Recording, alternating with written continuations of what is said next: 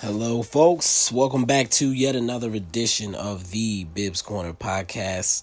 This is episode 22, and we're coming in after a large Dallas Mavericks win over the LA Clippers. I think anybody that came into this series expecting the Mavs to get swept hadn't watched a lot of Mavs basketball or just assumed certain things about the Clippers. The Mavs, like we know, can hang with literally any team in the NBA. The question was our ability to close, and tonight I don't know if maybe the lead was just too big or different guys stepping up like Seth Curry in the fourth quarter were able to get us over the top. Between that and PG playing like complete garbage, it was enough tonight to even the series. The Mavs have no pressure. They can go out there, play free and loose. Some guys are stepping up, showing things that they hadn't really shown consistently this season. Suddenly they are in this series, and I'm here for it. Carlisle's making adjustments on the fly. We're playing defensive basketball, and we're playing defensive lineups. We're playing lineups to match up to the Clippers defensively, and that's one of the things that I knew we had to do against this team.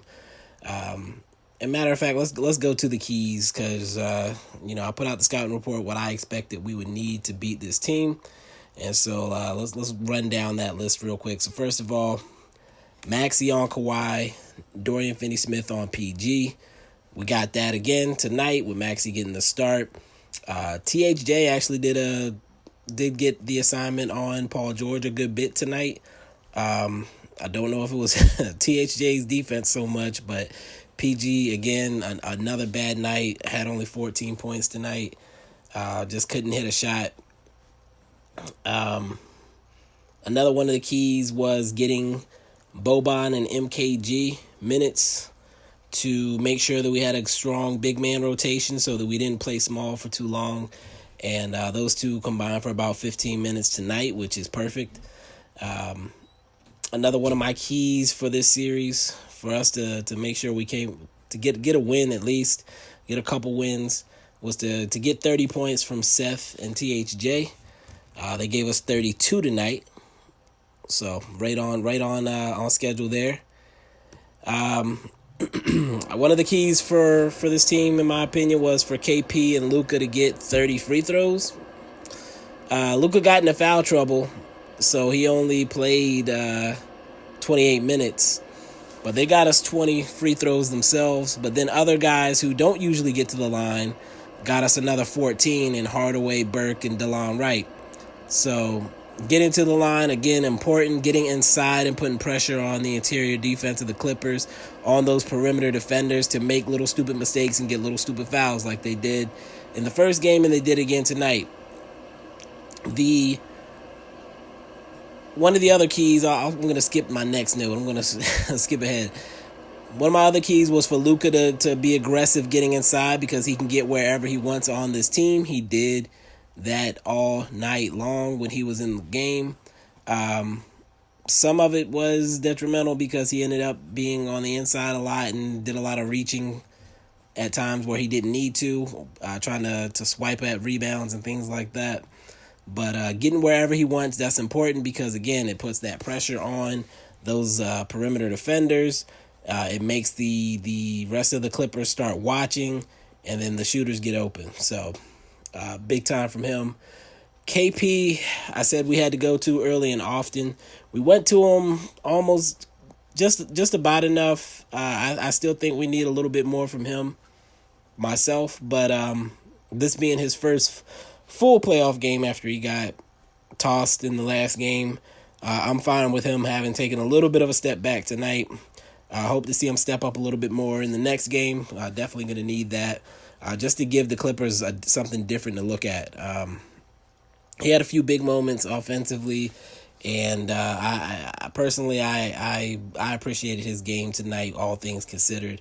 I did notice him limping a little bit in the second half. I don't know if that was just fatigue. Looked like maybe his leg was a little tight, so we'll see If any news comes out on that, if he's just going to have to ice it a lot over the next couple of days. And then my other key, the big key, the one that I was most concerned about, no easy baskets. No easy baskets. This is playoff basketball. Watching the Clippers matchups during the regular season, they thrived on getting little dunks and layups at the rim with no resistance. And for the second game in a row, the Mavs have not allowed that. Tonight, it was Montrezl Harrell who came through aggressively thinking he was going to slam it home, and he ran into Boban and Maxey at the rim, landed hard, and nobody tried it again. You have to send that message. You have to have that physical presence on the interior to set a tone and let people know that you're not soft. You're not going to be walked over. You're not going to be pushed over. That's playoff basketball. And, at the end of the day, plays like that are why we stay in these types of games, why we don't get pushed around by a team like the Clippers. They're spending most of the night complaining for foul calls.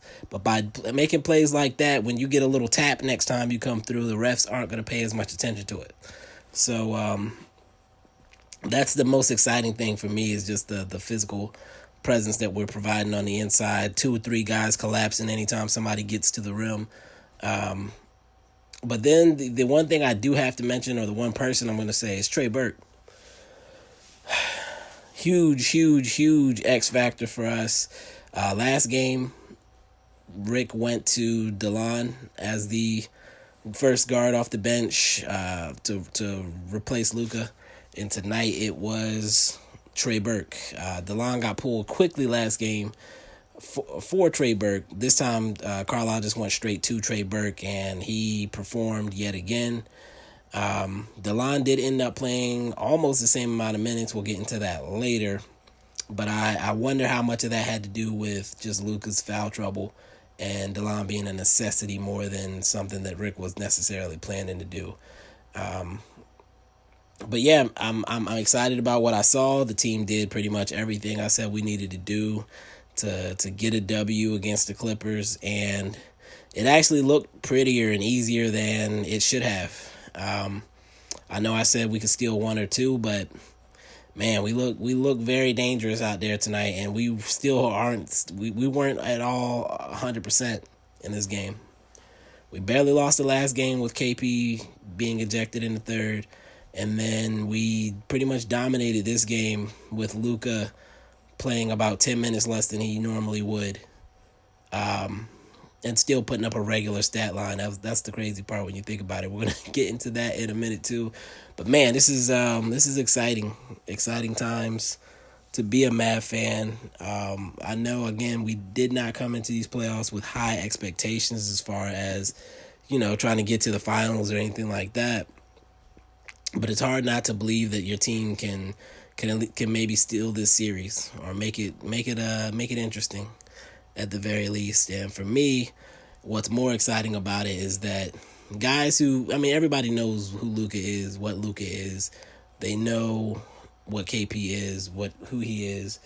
But they hadn't seen these guys in the playoffs. And the way other players look at you is determined more by what you do in the postseason than the regular season.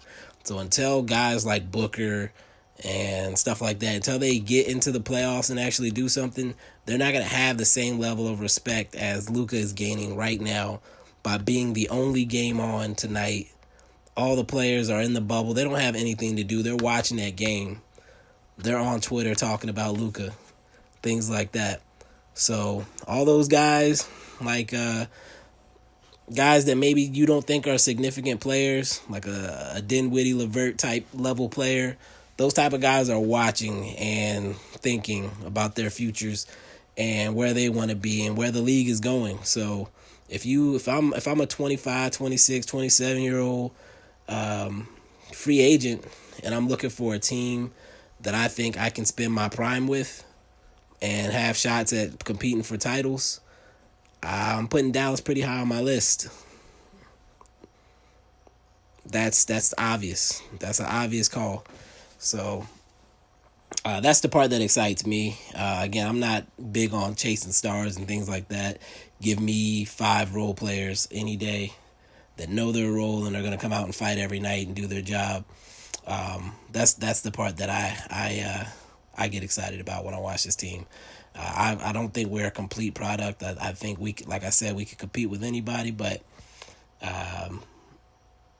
if we had all the right pieces in place, we're gonna be fun to watch for a long time. I've gotten off on a tangent. I had no plans to talk about that. I'm gonna go ahead and stop this here cold open, and we'll get into the stats.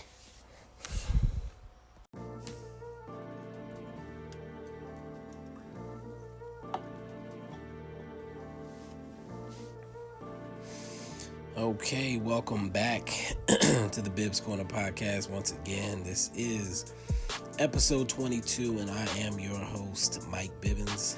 That's at Bibbs Corner on Twitter. And the Mavs won. A complete game. Everybody stepped up. Everybody did their part. Not a perfect game by any means, but we did enough, obviously, to get it done and to get it done definitively. So we just want to get into the stat rundown, and I addressed that on the last one, but Luka 28, 8 boards, 7 assists, ho hum. That's just what he does. Only played 28 minutes. 8 for 12 or 8 for 17 from the field, 8 for 12 from the line, 4 for 7 from 3, which is better than normal for him from deep, obviously. The part of this game that I heard absolutely nobody talking about from Luka was 1 turnover. That is not a typo. 1 turnover from Luka tonight. Everybody all the haters, because haters gonna hate, in the words of Taylor Swift. Haters were going off last game on the turnovers for Luka, and tonight he had just 1, and I haven't heard a single word. Oh man, it must suck to be a hater. I hate a couple guys out there, but man, when you just look for reasons to hate and they're not presented to you like on a platter, it's got to be frustrating when the narrative just goes away on you. But yeah, Luka 1 turnover tonight. I personally do not remember when that turnover occurred. Probably wasn't that significant. It's probably something stupid, something small, whatever. Had foul troubles, which is why he only played the 28 minutes. He's got to be more careful with that. A lot of trying too hard type of fouls, like trying to knock away balls off of rebounds and things like that, and trying to do things that are outside of the norm for him. I do appreciate that he's giving extra effort, but definitely got to be smarter with some of those fouls. We cannot afford to have him sitting on the bench most of the time. It worked out okay tonight, but that's not something I'm trying to see in future games. Next, KP gave us 23 and 7 with 1 block tonight. There was some question as to whether or not he was going to play. Something about his knee, not the surgery knee, but the other knee, giving him some irritation, if you will. I did notice him kind of laboring to walk a little bit in the second half, like it looked like his leg had gotten tight or something along those lines. But he played the whole game, made it through. I think he played 36 minutes tonight. 7 for 13 from the field, 6 for 8 from the line, 3 for 4 from 3. So he did turn into a bit of a jump shooter tonight. Again, it did not cost us. Still want to see him get inside a little bit more. I do think that the leg situation was likely a factor for him not wanting to exert himself on the interior too much. We'll see how this progresses over the next few days. Next on the list, Tim Hardaway Jr., 17 points, 2 boards, 3 assists, and a steal. Not the greatest shooting night, just 5 for 13, 4 for 6 from the line, 3 for 7 from 3. The most important thing that he did, in my opinion, was being aggressive off the bounce, attacking the inside to create for other people, and not just necessarily to look for his shot. Also got himself to the line a few times doing that. Again, it can't just be Luka doing all the penetration. Pause. Other guys have to step up in that regard as well. THJ being one of them. Definitely glad to see that from him tonight. And then the defensive brothers, the SWAT team, if you will, DFS and Maxey. DFS tonight, 8 points, 4 boards, 3 assists and a block, 3 for 9 from the field, 2 for 4 from 3. So he hit his 2 tonight, which we said, last time I think he was 1 for 5. Maxey was also 1 for 5 from 3. DFS hit his 2 threes tonight. Those guys are having to exert themselves a lot on the defensive end, so I think this is probably going to be a quiet series for them offensively, and that's okay as long as the other guys are stepping up. Maxey, by the way, only had 4 points, both of them on lob dunks, including the first play of the game. It looks like we're trying to use him in that role more, which I was annoyed that we weren't doing previously, but, it's the playoffs now. It's here, so perfect timing to bring that back. We also appear to have used him more as a rebounder, which I'm also perfectly fine with. He did pull down 10 boards, so 4 points, 10 boards, 3 assists, and a block on Kawhi. 2 for 5 from the field and 0 for 2 from 3. Perfectly fine, again, with Maxey hitting the glass. We did not give a bunch of second chance points up because of those efforts. And him and KP both collapsing to the rim whenever guys did get on the inside was great. Maxey did have a couple weak little fouls here and there that some may have been questionable, some maybe not, but he's always probably going to be on the precipice of fouling out, and that's fine. MKG is back there when we need to plug him in, which we did tonight. Speaking of which, going to the bench, I did already mention MKG, so we'll just knock him out real quick. Statistically, all he got us was a rebound tonight, but he gave us 5 good minutes of defense when Maxey got early foul trouble.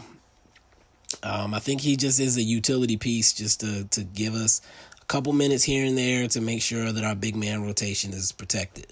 And he did his job. Burke, I mentioned earlier, 16 points, 3 boards, 2 assists, 2 steals, and a block. 7 for 11 from the field, 2 for 4 from the line, 0 for 1 from 3. Played about 17 and a half minutes and was aggressive throughout. Big-time basketball from him. Can't ask for more from a guy off the bench. He stepped up, and I think he's proving himself worthy, a great addition for us in the bubble. Definitely glad to see him playing the way he is. He's a big part of why we've been in both of these games, and he's going to be a big part of why we'll continue to be in games if that is the case. Seth also stepped up, 15 points, 3 boards, 3 assists, 6 for 9 from the field, 1 for 3 from 3. He played 26 minutes off the bench, which is almost as many minutes as Luka played, just for reference there. Outscored his wife's ex, which has to make the Curry household feel pretty good. But again, aggressive, and he was big for us down the stretch, especially just confidence and pulling and getting inside, dribbling. Like he was in his bag. The other guy who showed up, did his job, even got the post-game interview with Shaq and the gang. Boban Marjanovic, 13, 9, and 1 assist, 6 for 8 from the field. Only played 9 minutes and 43 seconds. We used him at the perfect times. When he came in the first half, just was dominant. Nobody could do anything with him as usual. Him and Seth Curry had some good action with some passes over the actual top instead of at his chest. Thank you, Seth. And I believe Delon had a nice pass to him over the top as well. You have to utilize him when he's in. Again, nobody can match up with him. He's taller than everybody, bigger than everybody. Their options are to foul. He hit a couple little jump hooks. He missed one jumper on the baseline where he had to force it up at the last second, but that's fine. His touch is there. He probably has it the third easiest on the team when it comes to getting points. Man, I love Bobby. Sorry, I just got emotional. Okay, I'm good. DeLon played 16 minutes, 46 seconds, which is almost as much as Burke played. He had 3 points, 2 boards, 3 assists, and 2 steals. A little shaky here at times, but did have a couple of good drives on the interior and made some slight plays. He played better than he did last game. Probably only played because of the Luka foul trouble, as much as he did anyway. But again, he stepped up a little bit, and we'll see how that is reflected going forward in these next few games. Overall, again, we didn't play a perfect game by any means, between Luka's foul trouble, KP being very AD-ish out there for us. Maxey and DFS not really. Well, I'm not going to count against DFS. He did what he usually does. But Maxey not really hitting shots tonight. THJ not shooting a great percentage overall. The bench stepped up. Burke, Seth, Boban. I couldn't say more about what they did. 44 points between those three guys.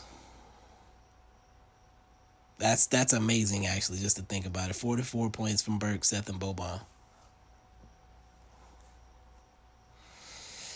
The Clippers are not going to sleep easy tonight. I mean, Kawhi did his thing as usual, but Maxey made him work for every point when he was guarding him. Kawhi was way more aggressive when Maxey was off the court. He doesn't like that matchup at all, I promise you. And no matter what the scoreboard says, that matchup is wearing on Kawhi. The physical toll, all of it, is wearing on Kawhi. And that's a beautiful thing to see. If this series is going to turn around for the Clippers, and I say turn around when it's 1-1, but the Clippers have been shaky-ish in both games. If it's going to turn around for the Clippers, it's got to be Paul George. He's got to do more for them. And hopefully we get better at containing him, because he definitely had some looks tonight. Just wasn't hitting. So that's going to be exciting to see. Can't wait for Friday. Personally, I'm gonna drop something in the question section of the pod here. Something I'm thinking about doing on Sunday. And I've kind of tried to figure out how I wanted to do it. So I think I have an idea. So I'm going to shut this piece of the pod down. It is 1:30 in the morning. I feel like it's 1:30 in the morning.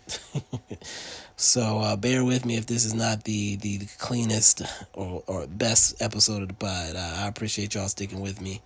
Especially on the whole Pocahontas GIF thing. These white men are dangerous, which I said the night we got KP.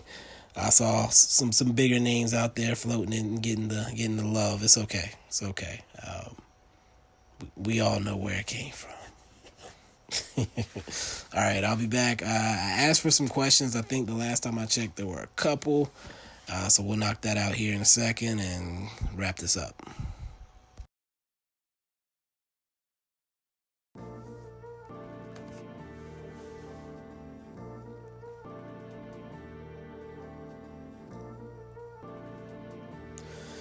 Okay, welcome back to the Bibbs Corner podcast. As expected, it is going to be a light night on the questions. I just have 3, so let's oh my God, what was that? Yo, my voice is gone. Oh man, it's been a long day. Give me a second.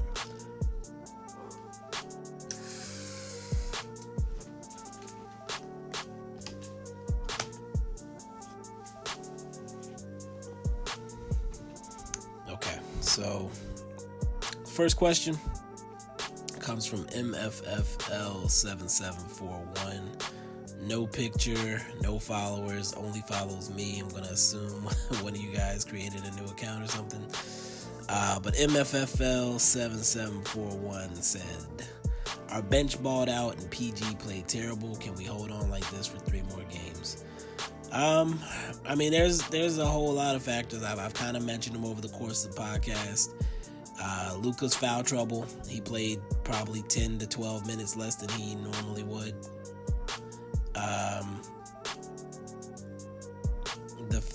The fact that KP wasn't great tonight, in my opinion.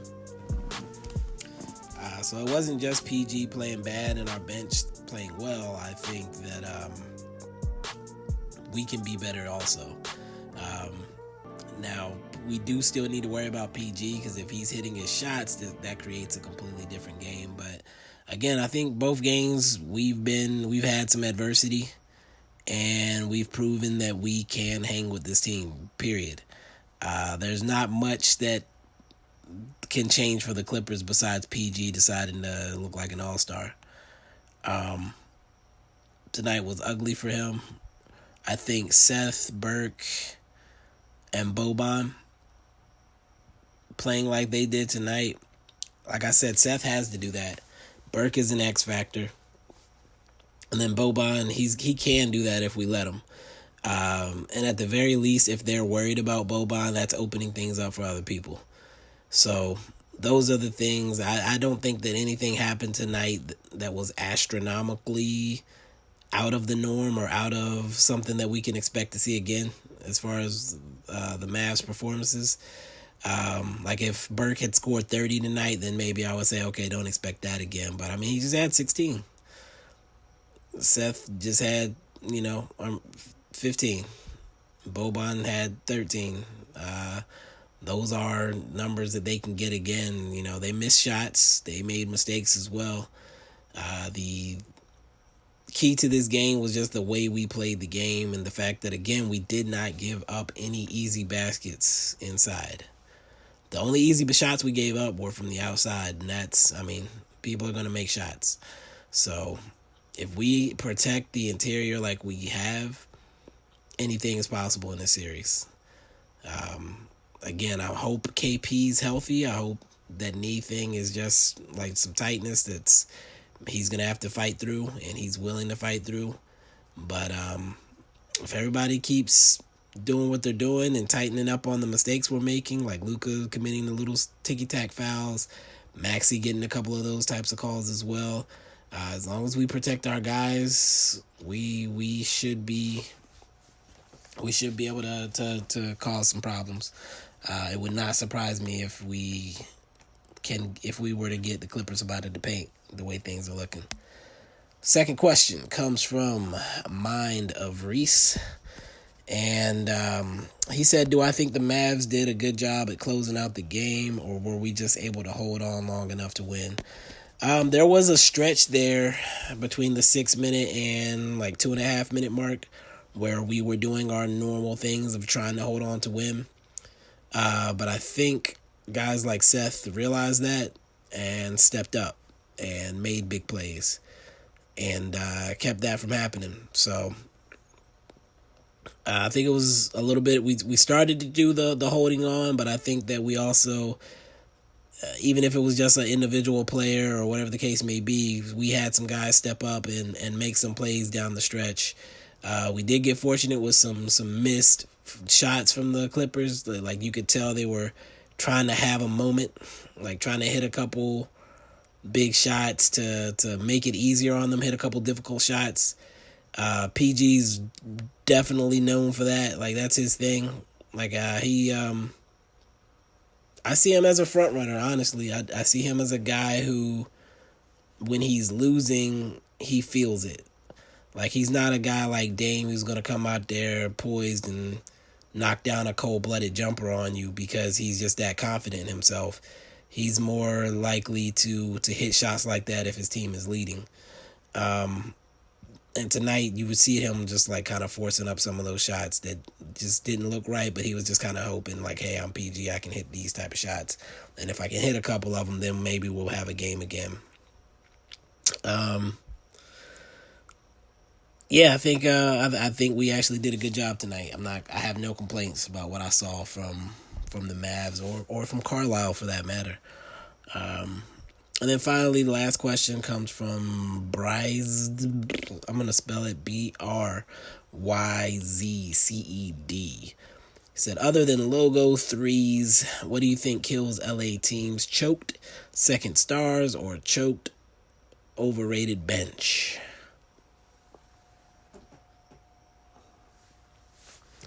I do believe both LA teams are in similar situations. I think the Clippers are better equipped to overcome that issue because you mentioned the second stars not performing.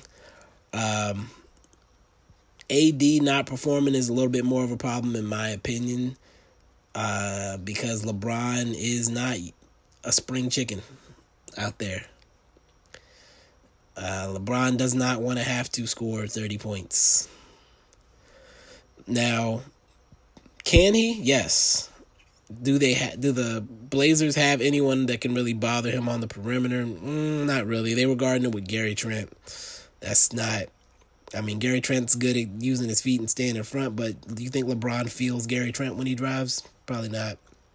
However, if he drives too deep, he's going to run into Big Nurk. He's going to run into Whiteside. And even we saw it at the end of the game last night. And Trent is smart, too, because he gets out of the way after a certain point to avoid that extra contact that will create the fouls. LeBron trying to drive late in that game was getting pinned off the backboard. And he shouldn't have to do that. He didn't come to LA to have to do that. That's supposed to be AD in the clutch. Or to keep them, AD is supposed to be doing enough to keep them from being in that position to begin with. So between that and then, like you said, the supporting cast not stepping up, Kuzma kind of hooped. Danny Green didn't hit his shots, and it's clear to me the Lakers don't have the depth that maybe they thought they did.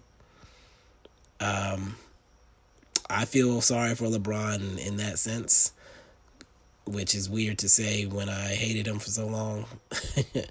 But, yeah, I feel sorry for LeBron in that sense. AD definitely has to stop being soft. He has to get tougher in there. He has to take those hits. He has to get Whiteside and Nurk in foul trouble, things like that. As for the Clippers, same thing with Paul George. He's got to do better and be better. We don't have anybody that really can guard him. Dorian Finney-Smith is the best effort-wise, but Paul George did a lot of settling in this game. And I personally don't understand why he would be settling like he did. Kawhi, even with the matchup against Maxey, who was able to keep him from doing some of the things that he likes to do necessarily, made him a shooter, made him shoot tough fadeaways with a hand in his face. Obviously, he can hit those shots, but that's not easy basketball. That's even if he's hitting those shots, that's requiring a level of effort and work that he is not going to be easy to sustain over the course of a 5, 6, 7 game series. So one of these games, he's going to have trouble hitting those shots. And that's going to be another opportunity for us to steal. So PG's got to step up. We've done a great job at, again, that interior, keeping Montrezl Harrell and Zubac from getting those easy points on the inside.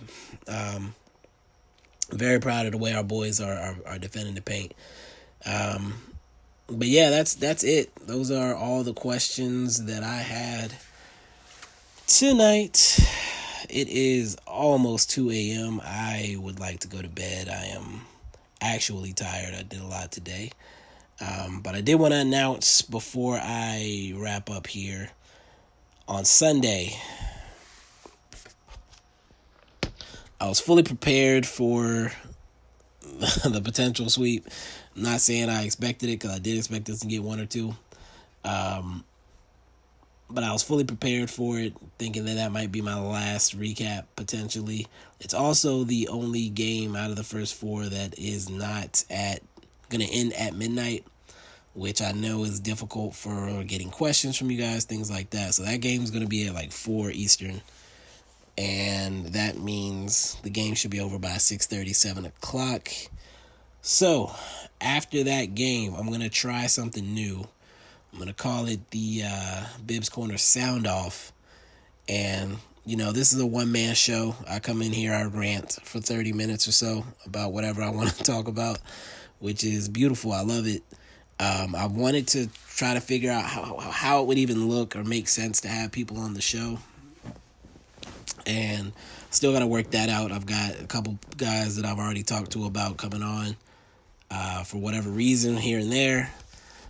Still gotta work that out, like I said. But in the meantime, I want to do a sound off. So Anchor allows people to leave a message for me on the Anchor app. And if you go to my website, bibscorner.com, go to the Bibs Corner podcast tab, go to the Anchor link. And actually, if you go to that tab, I believe I have a link at the bottom as well if you want to leave a message. But basically, the point is you want to go to the link that allows you to leave a message and sound off after the game. Tell us how you're feeling about the series, whatever the case may be at that point. We could be up 3-1. Who knows? Could be down 3-1. So just tell me how you're feeling about the series. And keep it about a minute or so or less, and I'll add it into the podcast for that day. Since it'll be a little earlier, I can take my time kind of putting it out. But yeah, we're going to try that on Sunday, so be alert, be ready. I'll be looking for that. I appreciate you guys once again for all your listening. I feel like I kind of wasn't myself tonight. So let me know if I wasn't, if I was amazing still. Please let me know that too. I appreciate any feedback I can get. You guys are definitely listening. The numbers are still there. I do appreciate every single play. But that's it for tonight. Mavs 1-1 against the Clippers. It's a beautiful thing. The bubble is the great equalizer. There are no super teams. I think the Celtics kind of look like they might be the best team right now.